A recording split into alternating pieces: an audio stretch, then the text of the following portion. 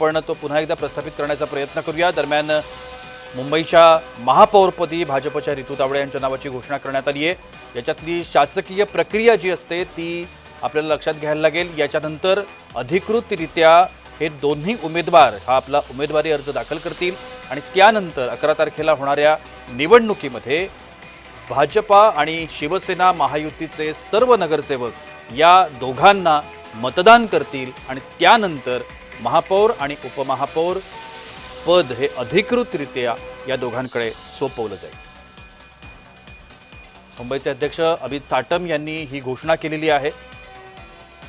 भारतीय जनता पार्टीच्या रितू तावडे यांना अधिकृत उमेदवार महापौर पदाच्या म्हणून त्यांच्या नावाची घोषणा करण्यात आली आहे आणि आता हे दोघंही आपला उमेदवारी अर्ज जो आहे तो भरण्याकरता पुढची प्रक्रिया जी आहे ती पार पाडतील।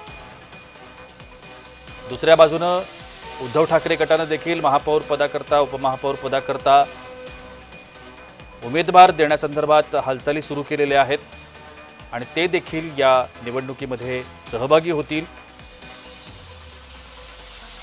उद्धव ठाकरे गटाच्या वतीने आता कोणाला महापौर उपमहापौर पदाची माळ कोणाच्या गळ्यामध्ये पडेल या दृष्टिकोनातून प्रयत्न केले जातील, ते पाहणं देखील खूप महत्त्वाचं असणार आहे। संख्याबळाच्या जोरावरती भाजपचाच महापौर हा मुंबई महापौरपदी बसेल अशा पद्धतीचा विश्वास व्यक्त केला जातोय, तर त्यांना आव्हान हे ठाकरे गटाकडून देण्यात येणार आहे। दोन नावाची अधिकृत घोषणा आता महायुतीने केलेली आहे। भाजपच्या रितू तावडे आणि शिवसेनेचे संजय घाडी यांच्या नावाची अधिकृत घोषणा ही झालेली आहे।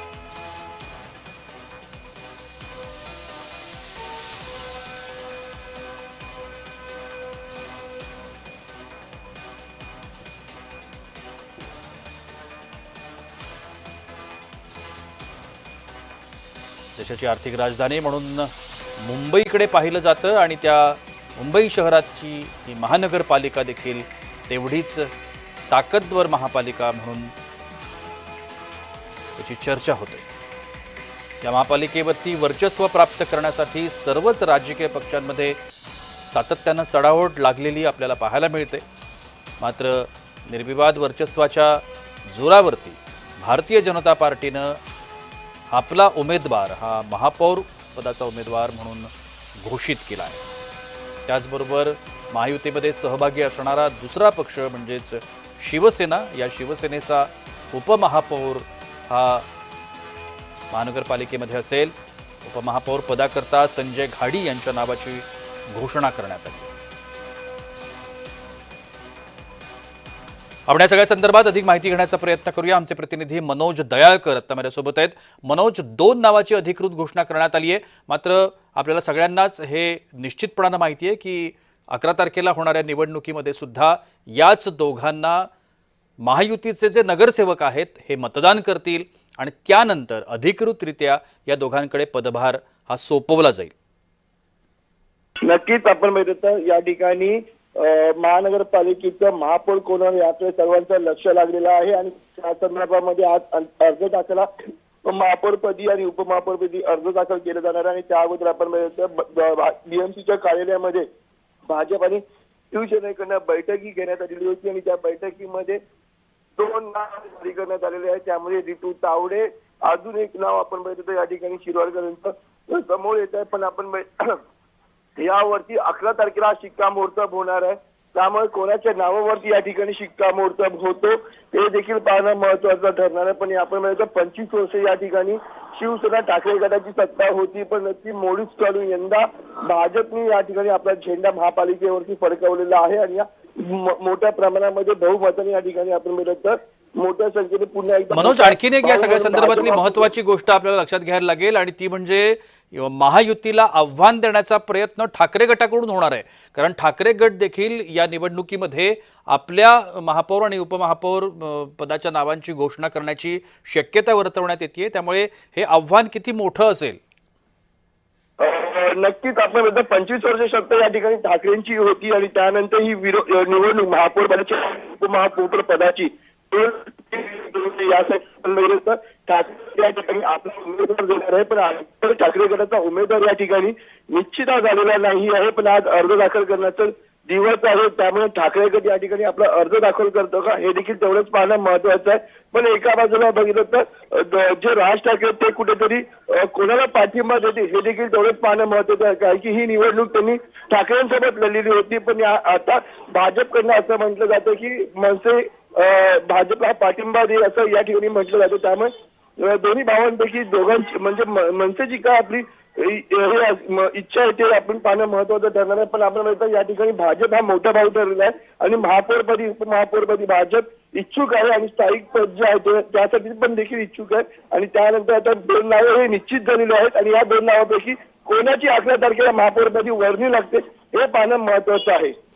निश्चित मनोज, आणखीन एक महत्वाची गोष्ट याच्यामध्ये की महाराष्ट्र नवनिर्माण सेना जर महायुतीमध्ये सहभागी होऊन या उमेदवारांना जर आपला पाठिंबा दाखवणार असेल तर त्याकरता महाराष्ट्र नवनिर्माण सेनेला देखील काहीतरी महत्त्वाचं स्थान या सत्ता स्थापनेमध्ये मिळण्याची शक्यता देखील एकीकडे वर्तवली जाते. त्याशिवाय महाराष्ट्र नवनिर्माण सेना अशा पद्धतीचं पाऊल उचलणं थोडंसं अशक्य वाटतं. तर तशी काही शक्यता वर्तवली गेली आहे का? कारण 1.25 वर्षाचं फॉर्म्युला जो आहे हा मुंबई महानगरपालिकेमध्ये घेतला जातोय, त्यामुळे उपमहापौर पद म्हणा किंवा अन्य कोणत्या पदावरती महाराष्ट्र नवनिर्माण सेनेला स्थान मिळेल का अशी देखील एक चर्चा सुरू आहे. ठिकाणी पाहिलं तर महापौर महापालिकेची निवडणूक झाली. या महापालिकेच्या निवडणुकीमध्ये 6 नगरसेवक हे आपण पाहिलं तर मनसेचे निवडून आले आहेत आणि भाजप म्हणजे त्यांनी एकत्र लढले होते. 20 वर्षानंतर दोन्ही भाऊ एकत्र आलेले होते आणि दोन्ही भावांनी एकत्र निवडणूक लढलेली होती आणि त्यामध्ये फक्त 6 नगरसेवक हे मनसेचे निवडून आलेले आहेत. त्यामध्ये स्वीकृत नगरसेवक देखील 11 या ठिकाणी समोर आलेले आहेत. ठाकरेंच्या पक्षाला 3 स्वीकृत नगरसेवक हे मिळणार आहेत आणि त्यामध्ये 1 नगरसेवक हे त्यांनी मनसेला द्यावा अशी मनसेकडनं मागणी केली जाते आणि त्या संदर्भात देखील दोन्ही भावांमध्ये चर्चा ही केली जाणार आहे. पण त्यामध्ये कुठेतरी स्वीकृत नगरसेवक हे दिलं नाही तर कुठे नाराजी होऊ शकते आणि त्यानंतर त्यासाठी नंतर आपण बघितलं तर मनसेकडनं भाजपला देखील पाठिंबा दिला जाऊ शकतो, कारण की आपण या अगोदर बघितलं लोकसभेमध्ये भाजपला मनसेने पाठिंबा दिलेला आहे आणि विधानसभेमध्ये ते आपण या ठिकाणी बघितलं तर स्वतः लढलेले आहेत आणि त्यानंतर महापालिकेचे मध्ये ते ठाकरेंसोबत लढलेले आहेत. त्यामुळे त्यांची भूमिका स्पष्ट होत नाहीये. मनोज, या सगळ्या संदर्भात ज्या वेळेला महाराष्ट्र नवनिर्माण सेनेचे अध्यक्ष राज ठाकरे यांना पत्रकारांनी प्रश्न विचारला होता त्यावेळेला त्यांनी स्पष्ट शब्दामध्ये असं सांगितलं होतं की आम्ही भाजपासोबत जाणार नाही. मात्र तरी सुद्धा आतल्या गोटातून अशा बातम्या किंवा अशा पद्धतीची माहिती ही सातत्यानं समोर येते की महाराष्ट्र नवनिर्माण सेना कुठेतरी भाजपच्या सोबत जाण्यासंदर्भात विचार करते किंवा तशा संदर्भातल्या काही अपेक्षा काही गोष्टी याच्या संदर्भात निर्णय होऊ शकतो अशी देखील एक माहिती मिळते. बरोबर सांगितलं सर. या ठिकाणी तेच मी बोलतो. स्वीकृत नगरसेवक हे म्हणजे ठाकरेंच्या 3 स्वीकृत नगरसेवक मिळणार आहे आणि त्यामध्ये मनसेच्या कार्यकर्त्यांची मागणी आहे. तसंच नगरसेवकाची मागणी आहे की 1 स्वीकृत नगरसेवक हे मनसे देखील मिळावं आणि यासाठी ते राज ठाकरेंनी उद्धव ठाकरे यांना बोलावं आणि आता त्या दोघांमध्ये म्हणजे दोन्ही ठाकरेंमध्ये ही चर्चा होणार आहे आणि त्यामध्ये जर स्वीकृत नगरसेवक नाही भेटलं तर त्यामुळे कुठेतरी नाराजी होऊ शकते, कारण की या ठिकाणी मनसेला पण आपलं पाठबळ वाढवायचं आहे आणि त्यासाठी मनसे ही आग्रही आहे आणि त्यामध्ये आपण बघितलं भाजपकडे मनसे गेली आणि मनसेला त्यांनी मोठ्या प्रमाणात भाजप मोठ्या प्रमाणात त्यांना घेऊन चालली तर या ठिकाणी कुठेतरी फायदा देखील मनसेचा होऊ शकतो. नक्कीच त्यामुळे आपण नक्कीच धन्यवाद मनोज, आपण दिलेल्या विस्तृत माहिती करता. दरम्यान मुंबईच्या महापौर पदाकरता भाजपच्या रितू तावडे यांच्या नावाची घोषणा झाली आहे तर उपमहापौर पदाकरता शिवसेनेचे संजय घाडी यांच्या नावाची घोषणा करण्यात आली आहे. हे दोन्ही महायुतीचे अधिकृत उमेदवार आहेत आणि त्या अधिकृत उमेदवारांनी आपापले उमेदवारी अर्ज हे प्रशासकीय अधिकाऱ्यांकडे सोपवलेले आहेत.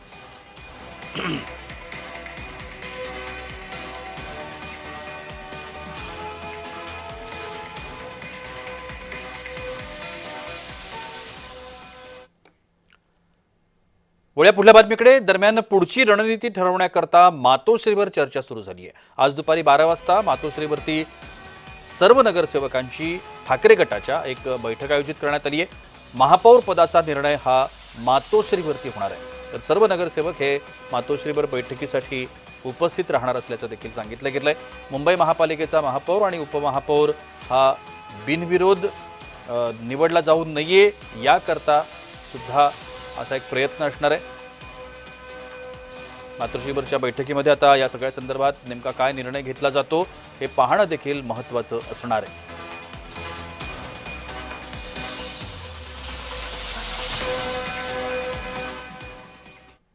आणि आता बातमी सिंधुदुर्गमधून। सिंधुदुर्गामध्ये 810 मतदान केंद्रांवर मतदान प्रक्रियेला सुरुवात झाली आहे। महिला मतदारांसाठी खास सखी मतदान केंद्र देखील या ठिकाणी उभारण्यात आलं आहे। जिल्ह्यामध्ये 8 ठिकाणी सखी मतदान केंद्रांची उभारणी करण्यात आली आहे। आकर्षक गुलाबी रंगांच्या फुग्यांची